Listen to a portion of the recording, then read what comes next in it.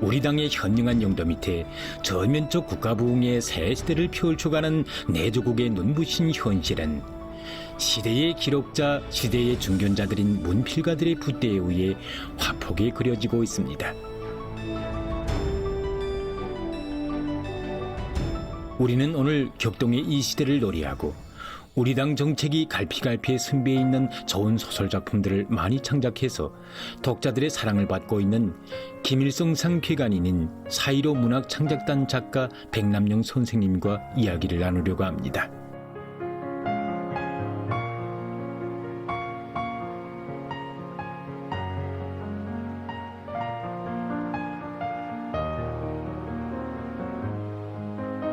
작가 백남영 선생님의 나이는 77살. 노동자 작가로부터 4.15 문학 창작단 작가로 50여 년 동안 창작 활동을 해오고 있는 선생님은 위대한 장군님과 경애하는 총비서동지의 불멸의 업적과 숭고한 위인적 풍모를 형상한 청소 작품들과 사회적 문제가 예리하고 생활을 진실하게 반영한 30여 편의 소설 작품들을 훌륭히 창작해서 우리 문학의 보물고를 풍부히 하는 데 이바지해온 관록 있는 로 작가입니다. 항상 현실 속에서 시대의 요구를 민감하게 반영하고 생활을 깊이 파고들어 인간의 내면 세계를 생동하게 그려내는 예리하고 간결한 필치. 이것은 백남영 선생님의 작가로서의 남다른 특기라고 할 수 있습니다. 예, 선생님은 그 50여 년간의 그 창작 생활에 많은 작품들을 발표하셨는데 첫 작품은 어느 작품입니까? 그 천여작이랄까 50년 전이라고 볼 수 있죠. 그때 기계공장에서 한창 노동생활할 때 쓴 작품인데 단편 소설 고열탄이라고 제목을 달았습니다. 고열탄인데 그거 청년문학에 발표했죠. 뭐 그때 그 작품 내용을 보면 사람이 여러 가지 공들이 고열탄처럼 정열에 불타는가 저열탄처럼 이렇게 미미하게 생활하는가 하는 이런 문제점을 이제 바탕에 깔고 이렇게 쓴 작품인데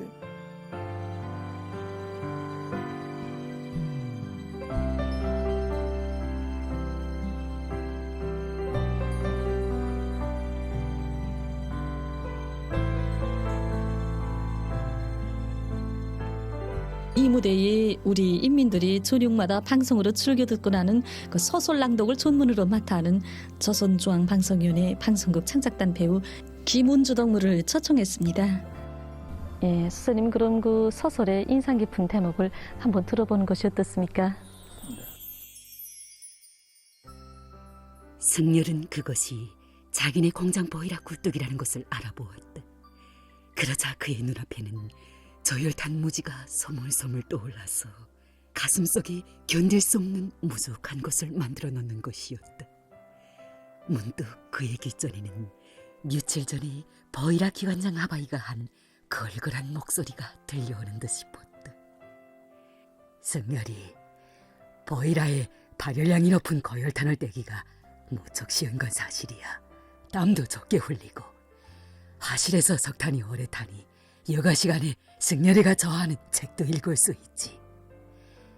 하지만 생각해보라고. 공장에선 나라의 귀한 고열탄을 그것도 먼 데서 기차방통으로 실어오지 않나. 한데 저열탄은 발열량이 낮고 보이라에 떼기도 힘들지만 우리 거장이 무진장하거든. 그래, 국가적 입장에 설 때 열갈리공인 우리가 어느 석탄을 보이라에 떼는 게 옳겠나. 못 견디게 괴로운 한승열은 이 밤중으로라도 보이라 기관장 아바이네 집으로 달려가 자기가 고집 세운 것이 정말이지 잘못했음을 사죄하고 싶었다.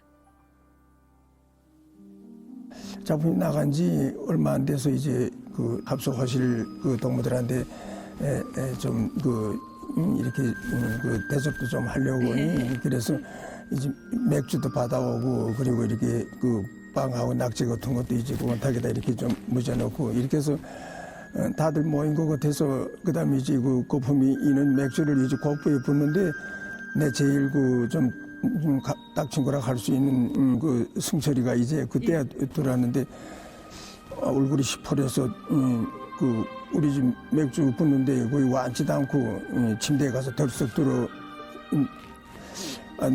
눕는단 말입니다. 그래서 빨리 와서 맥주 마시자 하면서 그러니까 대뜸 누웠던 게 벌써 온몸 일으키면서 야 남녀이 너 소설 너절하게 쓰지 마라. 응?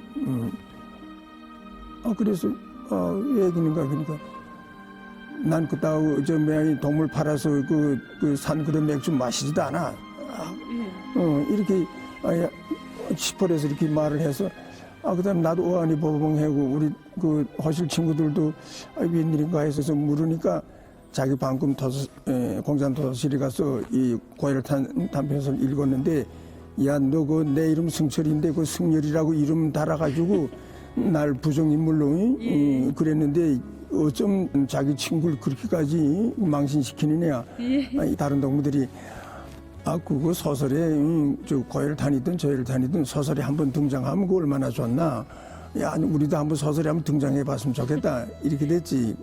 그러니까 우리 내 친구 그 승철이가 이래야 할 게 뭡니까? 얼굴이 붉으락푸르락해서 야 차라리 그 발릴레아의 높은 고혈탄으로 사는 게 낫지 그 미미하게 그런 저혈탄으로 살지 않아야 이러면서 끝내 잘 이제 받아들이지 않고 그랬었을 때 내가 난처하고 그런 인상 깊은 추억이 있었습니다.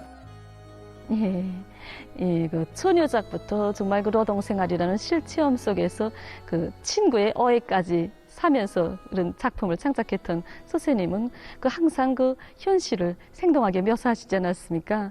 이 문화기술 작품은 이 호구가 대체로 많은데 선생님은 그렇게 실제 있는 그런 인물을 묘사하곤 하십니까? 그 생활과 인간을 그 생활 속이 그대로 진실하게 가까운 사람들을 자기 작품에 그려내는 그리고 그 줄거리도 그렇고 꾸밈새도 그렇고 실생활이 이야기 그대로 이렇게 쓰는데 많이 그 자기 무슨 스펙이 붙을 정도로 그렇게 치중해서 글을 써왔습니다. 또 후에도 그렇게 보면 생활을 거의나 있는 그대로 이렇게 그 인간들을 특별히 가공하지 않고도 아름다운 인간들이든 좀 부정스러운 인간들이든 이렇게 진실하게 그려주면 독자들한테 그 감명 깊고 그리고 작품도 새롭게 되고 꾸밈새를 애초에 그런 도식을 범하지 않는 것으로 되니까 그 독자들이 이제 좀 관심도 끌게 된 것 같습니다. 선생님의 작품을 보면 항상 그 묘사가 너무 생동하고 방불해서 저도 모르게 그 생활 세계에 빠져들게 하곤 하는 것 같습니다. 최근에 발표했던 장편 소설 산골물도 정말 산천의 땅 냄새가 물씬 풍기고 정서가 깊은 곳으로 해서 정말 전 독자로서 참 재밌게 읽었습니다.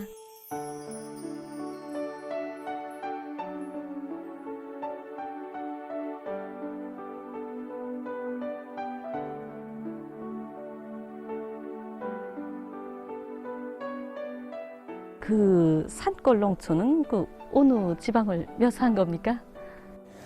함경북도 경원군 막바지 산골인데 정산리입니다. 거기 가서 한 25일 잘 있었습니다. 해설 체험 삼아 그렇게 있고 했는데 그때 내 거기 가보고 정말 느낀 거 많았습니다. 그 리당 비서가 키도 자그마한 사람인데 아주 텁텁하고 아주 검소하게 생겼고 그랬는데 손은 얼마나 농사일에 저런 사람인지 이렇게 소뚜껑까지 이렇게 두껍고 그런 사람인데 학교 교육, 학생 교육에 대해서 특별히 관심이 많더라 말입니다. 어느 정도 사람인가 하면 보름 20일에 한 번씩은 학교에 가서 수업 참관합니다.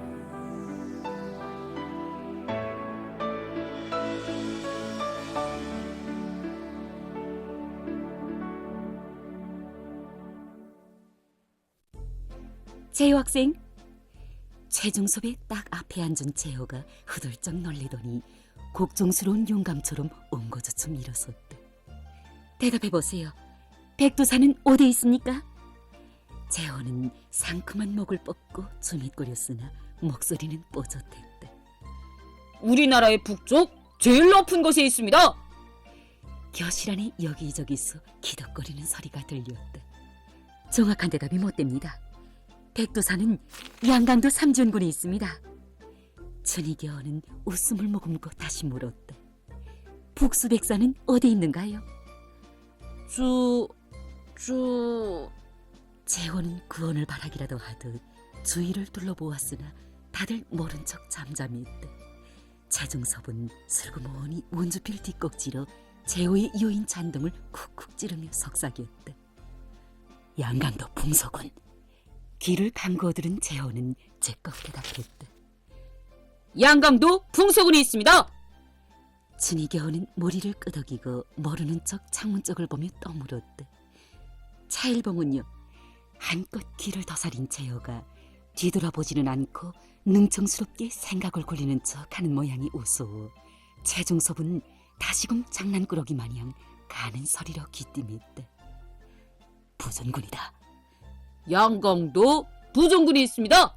최중섭은 손으로 이마를 짚고 겨우 웃음을 참았다. 군은 맞는데 더는 틀렸어요. 춘희는 미소를 머금고 부드럽게 시정했다. 차일봉은 함경남도 부전군에 있습니다. 재학생, 공부를 덜통스레하면 안 됩니다. 앉으세요. 춘희교원은 곁하곁이 조선 자연지도가 그려진 커다란 골고림을 걸어놓고 우리나라의 이름 있는 산들과 강들을 지시봉으로 짚어가며 실감있게 수업해 나갔다. 사실 보면 진득이 창가에서 어느 녀석이 까불고 어느 농장원의 아들이 어떻게 공부하며 글씨는 어깨 쓰고 머리는 어깨에 깎지 않아서 더부룩하고 이걸 낱낱이 이 리당비서는 다 봐가지고 수첩에 딱 적어가지고 그래서 그 다음엔 그날 밤에는 리당비서 저 방에 이제 작업반장 세보비서들이 다 모이면 일곱 세워서 아무개 작업반장 3학년 몇 반 학생 동문회 작업반 학생이니까 작업반장도 잘 모릅니다. 뻥해서 그 다음에 이제 옆에서 세법비서가 작업반 세법비서가 그 아무개 아들이라는 게 옳습니다 이렇게 되니까 머리 안 깎았어. 더부룩해. 이렇게 리당 비서가 얼마나 학생에 대해서 관심이 그런가 하면 교원들이 산골이니까 아무래도 교원들이 생활이 조금이라도 어려울세라 매달 이제 일요일 첫 주 일요일 같은 데는 교원들한테 한두 가지씩이라도 부식물을 공급하지 않으면 다음 달 일요일에는 고기 몇 킬로 그 다음에는 하목이 떨어졌나 조사해보고 하목을 보내주고 작가인 나도 단순히 이 리당 비서의 미덕으로만 이해하기는 좀 곤란한 그런 풍모입니다.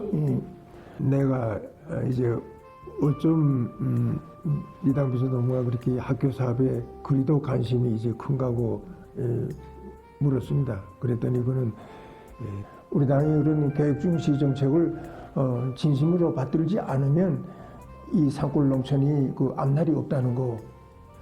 산골엔 다른 곳에서 인재를 이제 데려올 수 없다. 제고장의 아이들을 잘 공부시켜 인재로 만들어 써야 한다고 말했습니다. 학교 때 공부를 잘한 학생이 커서도 분조장, 작업반장 이렇게 관련에 일꾼시키면 이 과학농업의 시대가 도래했는데 농사도 잘 짓고 다 작업반장 사업도 잘하고 이런다는 거. 그래서 자기는 어떻게 하나 이 알곡농사보다도 이 인재농사를 가장 선차로 관심을 돌리고 또 그렇게 돼야 문명도 학교 교육으로부터 문명의 산골 교육에 흘러 들어갈 수 있습니다. 솔직한 소설, 감미로운 소설, 군소리가 없는 소설. 이 소설에 대한 독자들의 평은 대체로 이러하다. 한 방울의 물로 곳에 찬 산골물의 흐름을 이룰 수 없는 것처럼 소설에 등장하는 모든 인물들이 아름다운 인간들로 변모됨으로써 작가의 주장이 힘있게 울려나올 수 있었으며 응당한 형상적 감흥을 줄 수 있었다. 산골물이 누구나의 마음속으로 흘러들게 한 요기에 작가가 원하고 추구했던 기교가 숨배어 있다. 들여다볼수록 이 소설에는 우리 당정책이 그 갈피갈피에 속속들이 구현되어 있다. 이 소설을 읽어본 독자들은 하나같이 소설이 정말 솔직하고 진실해서 좋았다고, 우리들의 생활을 얼마나 방불이 구렸는지 밤새도록 손에서 놓지 못하고 읽었다고 하면서 소설을 쓴 백남년 선생에게는 물론 이 소설에 대한 평론을 쓴 저에게도 많은 전화를 걸어오고 있습니다. 작가가 이 작품에 정말 당정책적인 문제를 정말 많이 담았는데, 특히 축산 활성화 문제, 인재 등록 문제, 그리고 산골 학교들에서의 교육 문제를 비롯해서 정말 많은 문제를 제기했습니다. 그런데 그 문제들의 리면에 그 밑에 흐르는 것이 뭐겠는가? 사실상 그것은 제목에도 있다시피 산골물처럼 자기 거장에서 태어나서 자기 땅을 적시며 흐르는 그 산골물과도 같이 깨끗하고 훌륭하고 아름다운 인간들을 키워 이 시대 앞에 내세워야 한다는 그 졸졸한 그 목소리입니다. 그래서 이 소설을 그토록 사람들의 저하고 또 이 사람들의 피부에 자기들의 생활과도 같이 그렇게 흘러드는 것이 아니겠습니까? 작가는 이전 시기에도 정말 많은 그 교육 문제, 이 문제에 많은 낯을 돌리고 자기 작품들에 구현했는데, 특히 그 유명한 단편소설 생명 있지 않습니까? 그 소설을 비롯해서, 그리고 최근 시기에는 청소 불멸의 요정준 장편소설 부흥도 창작했는데, 이 소설이야말로 정말 새시대 교육혁명을 일으켜주시고 걸음걸음 그 하나하나 제기되는 문제들을 다 풀어주신 경애하는 청피소동지의 그 불멸의 업적을 하나의 소사시적 화폭으로 훌륭히 형상한 작품이라고 볼 수 있습니다. 경애하는 청비서동지의 그 순관 미인적 풍모를 형상한 그 청소 불멸의 류종의 첫 작품인 그 장편소설 부흥은 선생님의 그 대표작이라고 할 수 있지 않습니까? 전 선생님의 그 소설에서 그 평양 애육원에 대한 그 이야기를 정말 감동 깊게 읽었습니다. 작품을 쓰기 위해서 평양 그 애육원, 보통강 기술계에 있는 전 애육원입니다. 거기 애육원하고 후에는 이쪽에 이제 대동강 기술계 이제 경의하는 청소년께서 건설해 주신 그 애육원, 두 애육원을 다 합해서 한 몇 달 취재를 깊이 했다고 말할 수 있습니다.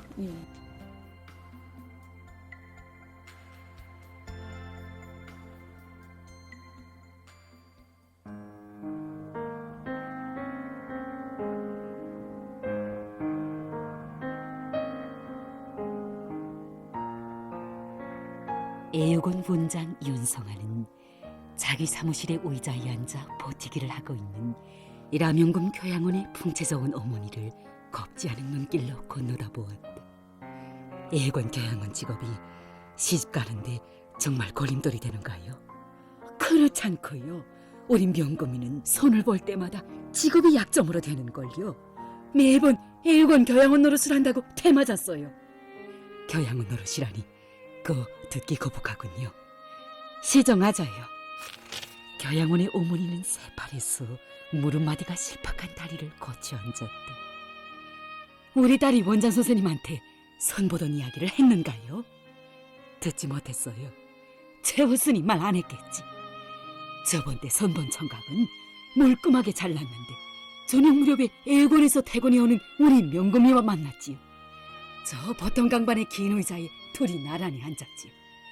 우리 딸은 원래 온순한 데다 멋쟁이 청각한 데 쩔이요 묻는 말이나 겨우 대답하는데 청각이란 사람이 글쎄 이야기하다가는 자꾸 코를 벌렁거리며 오줌 지린내가 난다고 주위를 살피더라나요. 그제야 딸에는 자기의 실수를 깨달았지요. 딸에는 집에 가서 빨려고 가지고 온 오나들의 옷가지 버퉁이를 긴 의자 옆에 놓았는데 글쎄 거기서 오줌 지린내가 풍긴단 말이지요. 맨껌이지요. 하필이면 청각 선볼 때 애육원에서 빨래감 버퉁이를 들고 나올 게 뭐란 말이요.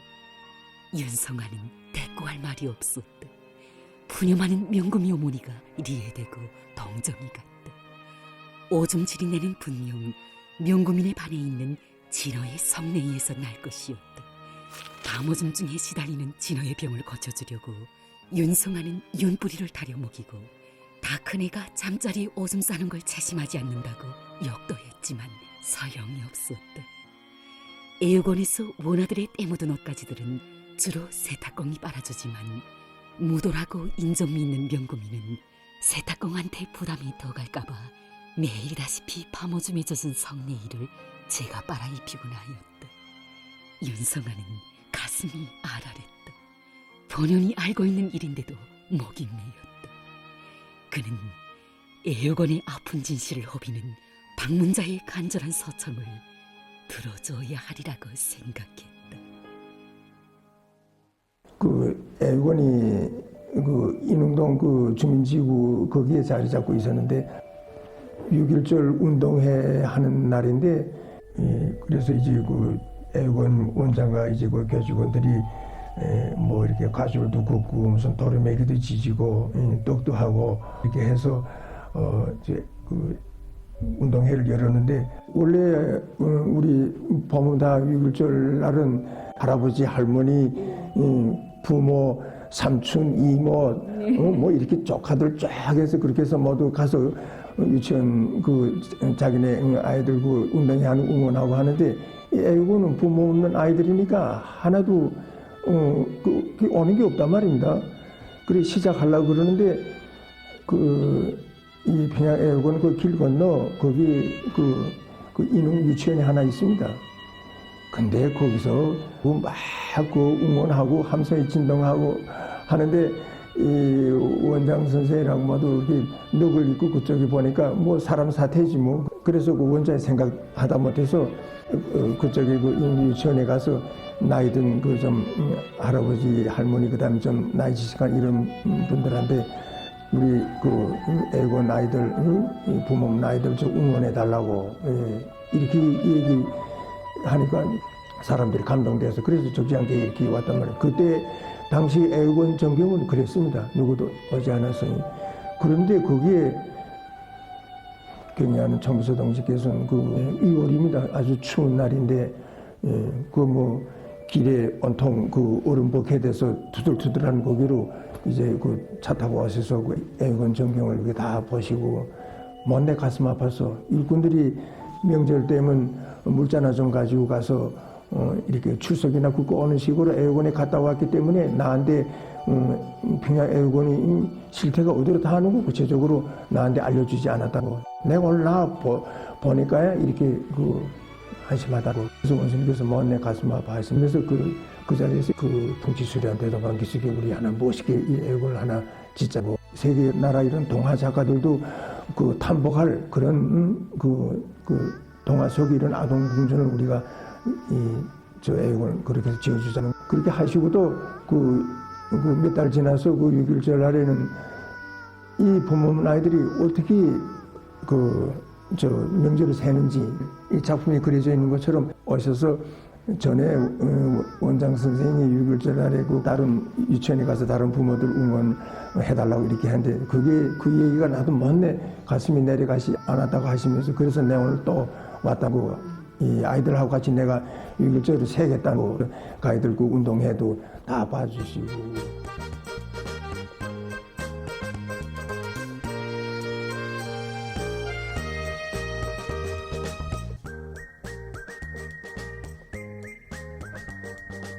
윤성아 원장은 책임 교양원을 데리고 의사실에 들렸다가 거려치료과 입원실 쪽으로 향했다.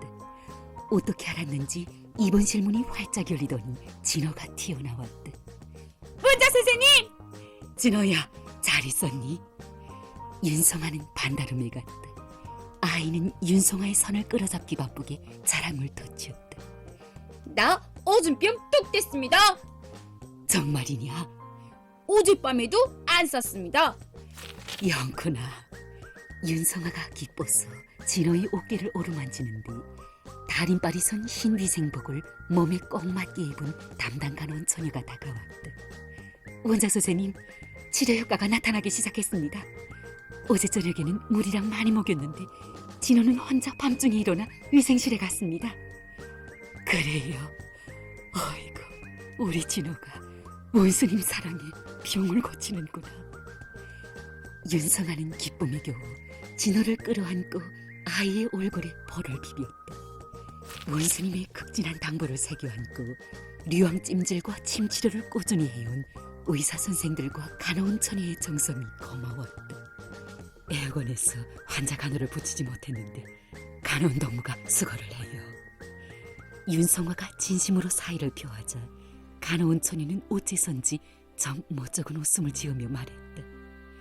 원장 선생님, 진호를 간호한 건 저만이 아니에요. 저녁마다 간식이랑 가지고 와서 밤샘을 하면서 진호를 보살펴주는 동무가 있습니다. 누군데? 전에 진원에 교양원을 했답니다.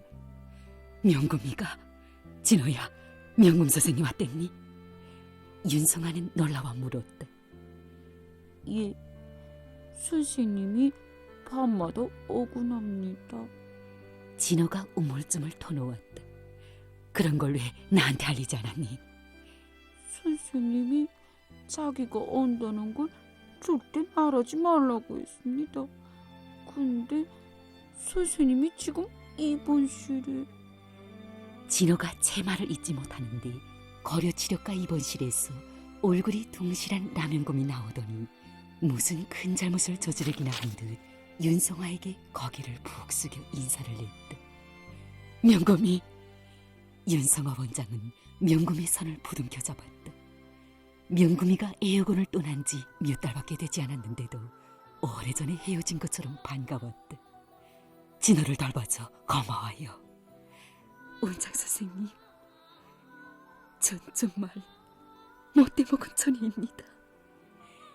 명금이의 여린 목소리는 죄스러움에 떨리고 자책의 눈물방울이 보란덕을 굴러내렸다. 경려하는 모순님께서 애여곤 문화들을 그토록 사랑해 주시는데 진호의 병까지 거쳐주시는데 전 애들을 버리고 교양원이란 게 저만 잘 되겠다고 가버렸으니 제가 얼마나 머린정한 짓을 했습니까? 명금이 됐어. 윤성아는 처녀의 얼굴에 하염없이 흐르는 눈물을 닦아주었다.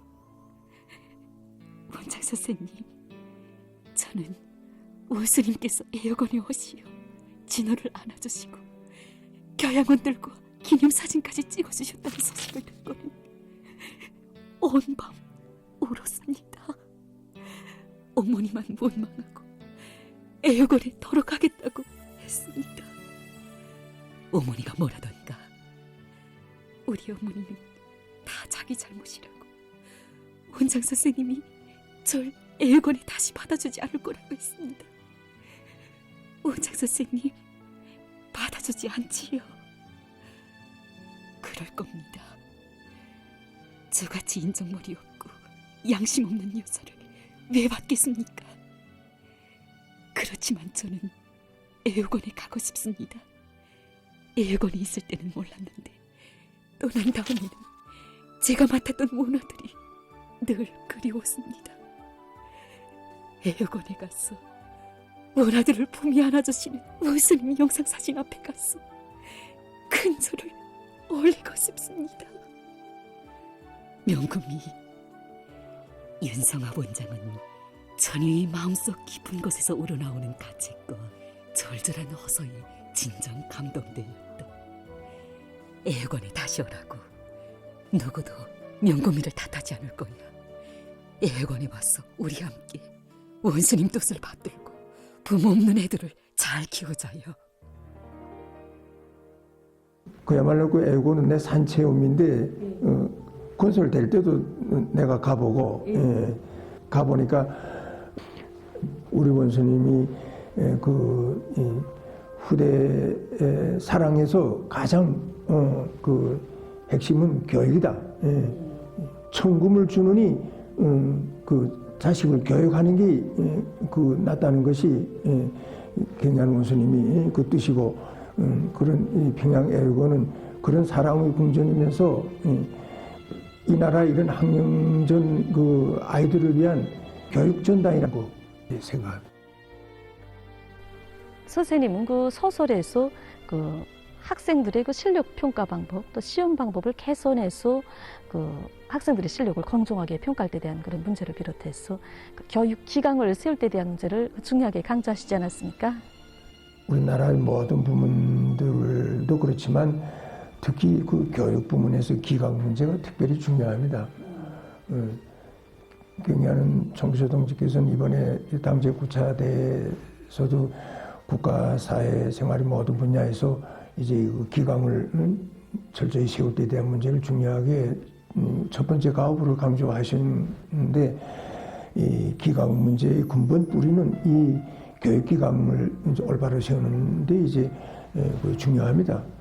그래서 이제 이 작품에서 이제 좀 깊이 그렸는데 공로 있는 오랜 그 일꾼이 그 손자가 이제 대학 입학 문제가 제기됐습니다.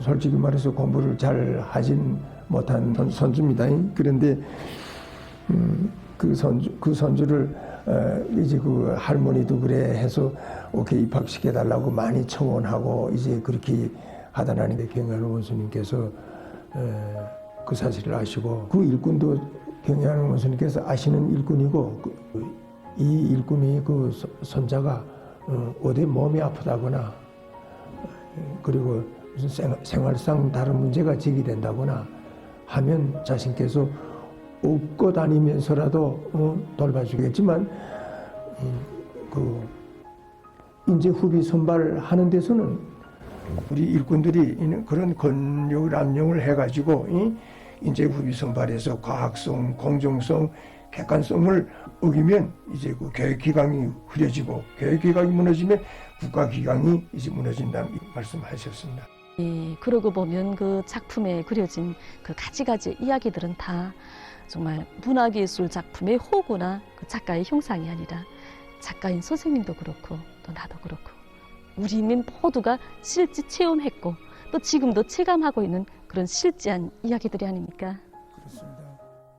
경의하는 원수님이 그 많은 그 용도 업적들을 내가 다 취재하고 다시 연구해 보면서 그걸 거의나 기록적으로 그대로 사실 그대로 썼을 뿐입니다. 이 작품은 이 작가인 내가 창작했다고 말할 수 없는 것입니다.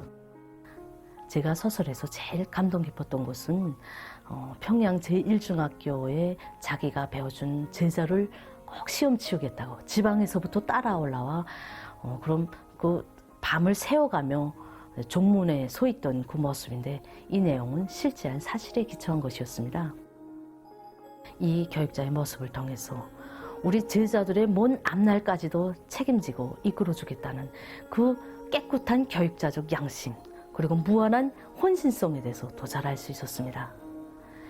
경의하는 청비서 동지의 교육 중시, 인재 중시 정책을 우리가 어떻게 받들겠는가?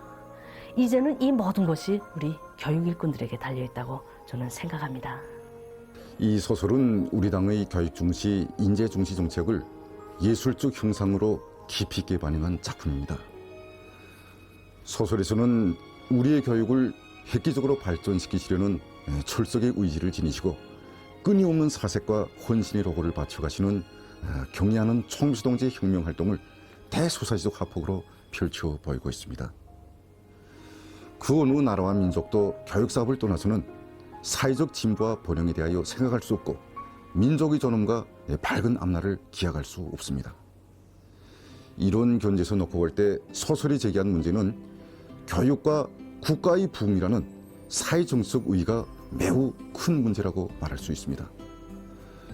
소설은 국가 부흥은 바로 무진막강한 인재 자원에 있으며 온 나라의 교육 중시 기풍을 확립하고 교육 사업을 끊임없이 발전시켜 나갈 때 우리나라는 당당히 세계를 앞서 나갈 수 있다는 이런 사상을 밝힌 것으로 해서 오늘의 우리 시대를 민감하게 반영한 작품이라고 말할 수 있습니다. 오늘 우리는 어떤 시대에 살고 있는가? 수도와 지방이 다 같이 변하는 시대. 날마다 새집들이 경사와 또 지방공업공장들이 우죽순처럼 일도서는 이런 위대한 전면적 부흥의 시대에 살고 있습니다. 이 시대를 반영하면 그것이 그대로 시가 되고 노래가 되고 소설이 되는 이런 위대한 시대에 우리가 살고 있습니다.